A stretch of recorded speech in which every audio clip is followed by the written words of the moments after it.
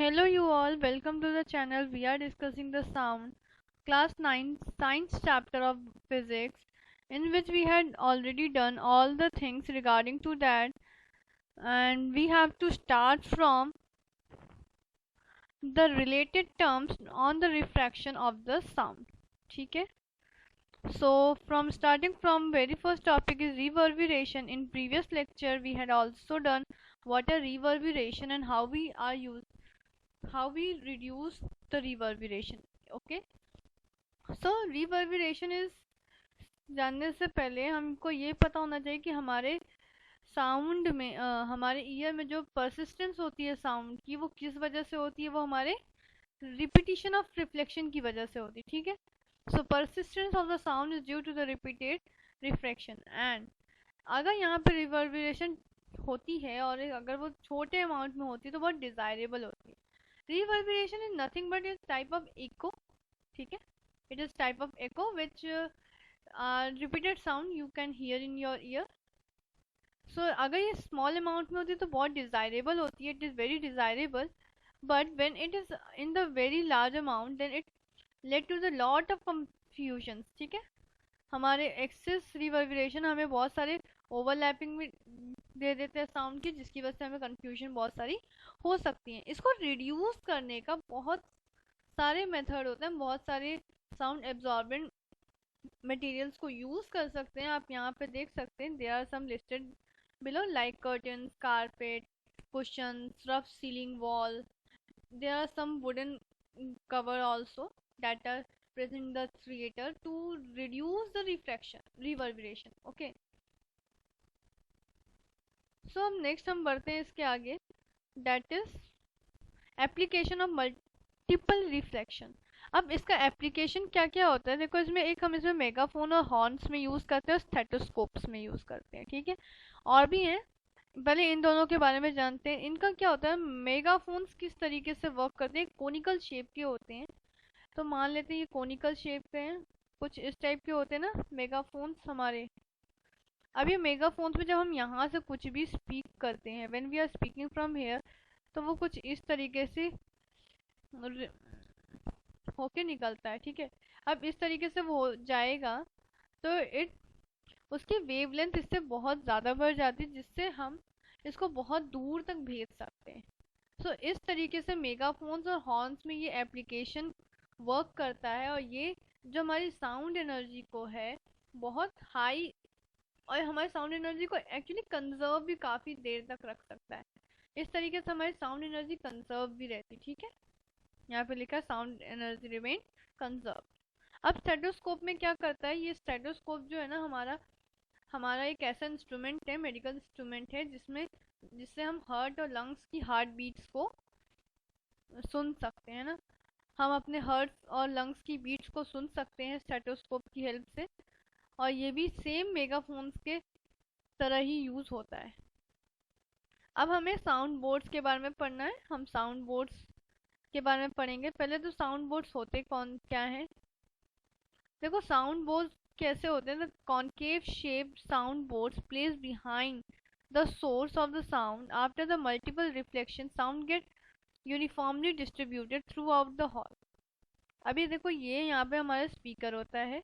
अब ये स्पीकर क्या करता है ना, यहाँ वैसे तो साउंड बोर्ड कुछ इस टाइप का होता है जो हमारे हमारे सारे साउंड को रिफ्लेक्ट करता है। देखो यहाँ से हमारा स्पीकर बोल रहा है, ये बैक स्टेज पे लगा है, यहाँ से सारी साउंड यूनिफॉर्म होकर जा रही है ना। देख रहे हो, इससे आपको सारे साउंड एक टाइम पे सब लोगों को सेम सुनाई दे, इससे कोई भी कंफ्यूजन की कोई भी गुंजाइश ना रह जाए, है ना। अभी क्या होता है ना, समटाइम हम अपने सीलिंग्स को भी इस तरीके से बनाते हैं, जब यहाँ पे स्पीकर बोलता है तो ये भी कुछ इस तरीके से रिफ्लेक्ट होकर आती हैं, जिसकी वजह से हमें हर चीज़ एकदम नॉर्मली सुनाई देती है। ठीक है, तो हम इसको ऐसे कह सकते हैं। ये वाला पॉइंट यहाँ पे एक्सप्लेन मैंने कर दिया। अब हम नेक्स्ट पॉइंट की तरफ बढ़ते हैं। अब हमारे पास आता है range of hearing. Range of hearing क्या होता है, रेंज ऑफ हियरिंग जो होती है ना हमारी, वो रेंज जिन्हें हम सुन सकते हैं, जो साउंड हम जिन्हें सुन सकते हैं उन्हें हम कहते हैं ऑडिबल रेंज, ऑडिबल साउंड। ठीक है, ऑडिबल साउंड या ऑडिबल रेंज। इसका जो रेंज होता है ना वो 20 हर्ट्ज टू 2000 हर्ट्ज तक जाता है। यहाँ पे के नहीं आएगा, दिस के इज नॉट हेयर, यहाँ पे एक्चुअली के प्रेजेंट नहीं होगा, ठीक है। अब मतलब वो साउंड ऑडिबल रेंज वो रेंज होती है जहाँ पे हमें जो साउंड सुनाई देता है ना, साउंड की जो फ्रिक्वेंसीज होती हैं वो बहुत सेंसिटिव होती हैं हमारी ईयर्स में। अब हमारे 20 हर्ट्ज से पहले का जो रेंज होता है उसे हम इंफ्रासोनिक साउंड या इंफ्रा साउंड्स कहते हैं, और 20 किलो हर्ट्ज के बाद का जो रेंज होता है उसे अल्ट्रासोनिक या अल्ट्रासाउंड कहते हैं, जिन्हें अलग अलग टाइप के एनिमल्स हियर कर सकते हैं। और इसके बीच की जो रेंज होती है, this range is particular are of human, that can humans can only hear that sound and no animals can hear this. Okay, so now we are moving towards the next topic, that is infrasonic and ultrasonic sounds. Infrasonic sounds कौन से sound होती हैं ये जरा सा देखते हैं। Infrasonic sounds वो साउंड हैं which have the frequency less than 20 hertz and can not be heard by the human. ये ह्यूमन के द्वारा कभी सुनी नहीं जा सकती हैं। इन साउंड्स को ज़्यादातर हमने प्रोड्यूस कब होते देखा है, जब हमारे पास अर्थक्वेक आता है, ठीक है।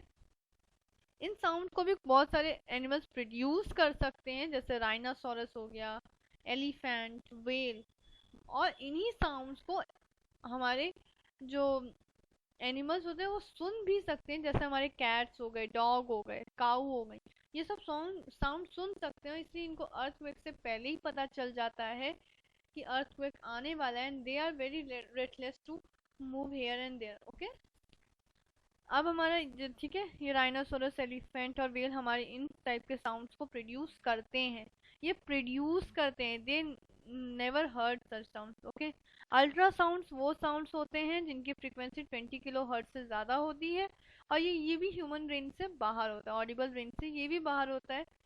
इसको प्रोड्यूस करने का जो काम कौन कौन करता है, डॉग, कैट, प्रोपोइस और डॉल्फिन।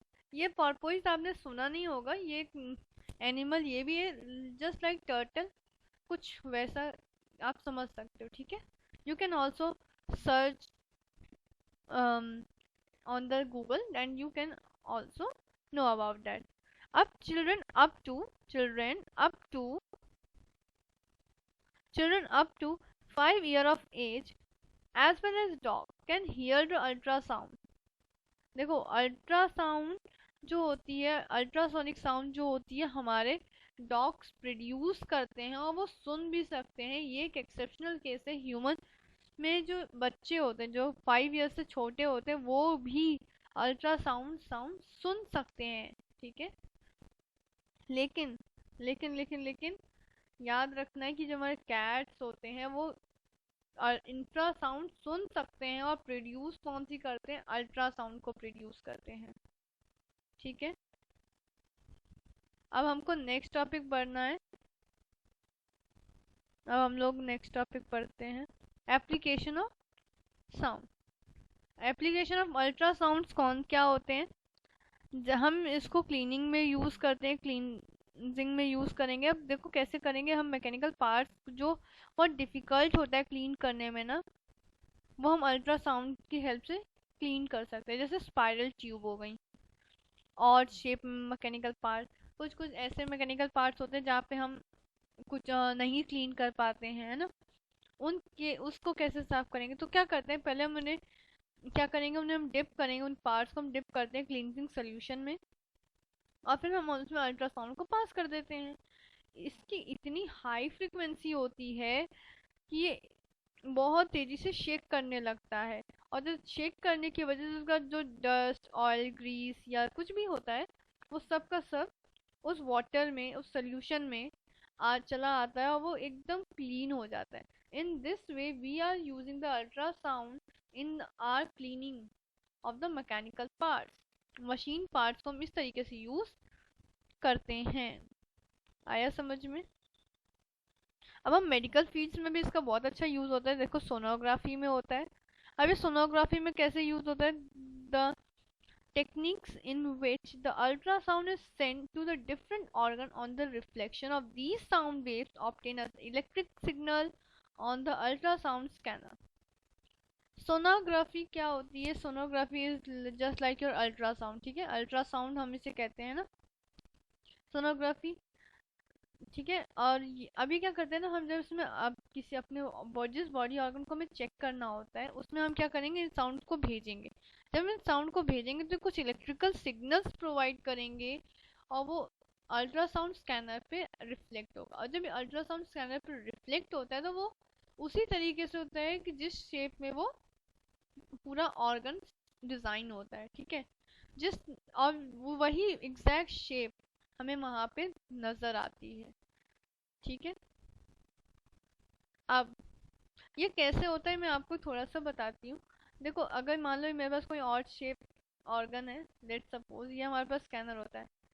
अब हमने यहाँ से भेजा, हमने यहाँ से हम भेज रहे हैं, देखो ये तो पास आउट हो गया लेकिन ये पास नहीं हुआ, जितनी दूर है पास नहीं होगा, है ना। तो यहाँ पे ये शेप बन गई ना, ये ऐसी शेप कुछ बन जाएगी, लेकिन ये हॉलो बनेगी। यहाँ पे तो वेव्स दिखेंगी, यहाँ पे, लेकिन ये वाला शेप नहीं दिखेगा, है ना। इस वाले शेप में पर्टिकुलरली हमें कोई भी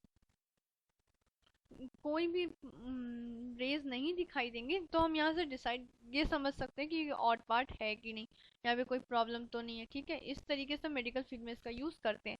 अब सोनोग्राफी में हम किस तरीके से, सोनोग्राफी का यूज क्या एग्जैक्टली ये जानना जरूरी है। तो हम इसमें क्या कर सकते हैं, डिटेक्टेड द चेंज, हम इसमें चेंज कर सकते हैं, जैसे टिश्यू की डेंसिटी में, है ना, फीटल एबनॉर्मलिटीज में, या kidney stone in kidney, gall bladder, tumours में, है ना, बहुत सारे हम केसेस में इन्हें हम देख सकते हैं, कर सकते हैं यूज, राइट। सो अब इतना समझ में आया। अब हम एको कार्डियोग्राफी पढ़ते हैं, एको कार्डियोग्राफी के बाद हम नेक्स्ट टॉपिक देखेंगे, ठीक है। अब एको कार्डियोग्राफी क्या होती है? ये एको का मतलब तो एको हो गया, ठीक है। आपका कार्डियो का मतलब जानते हो, हर्ट होता है। तो जहाँ पे भी कार्डियो वर्ड आ जाता है ना, वहाँ पे आप समझ लेना वो हर्ट से कुछ रिलेशन होगा, ठीक है। और कार्डियोग्राफी, एको कार्डियोग्राफी हम वहाँ पे यूज करेंगे जैसे हम हर्ट के डायग्नोसिस में यूज करते हैं, जैसे वहाँ की कोई एबनॉर्मेलिटीज तो नहीं है, कोई तुम्हारी नर्व कोई ब्लॉक तो नहीं हो गई, इस टाइप में हमें अगर कोई भी डायग्नोसिस करना होता है हर्ट में, तो हम उसे एको ग्राफी कहते हैं, ठीक है। इसको हम इसे सोनोग्राफी नहीं कहते, ठीक है। बस ये डिफरेंस होता है और both are same, approximately both are same.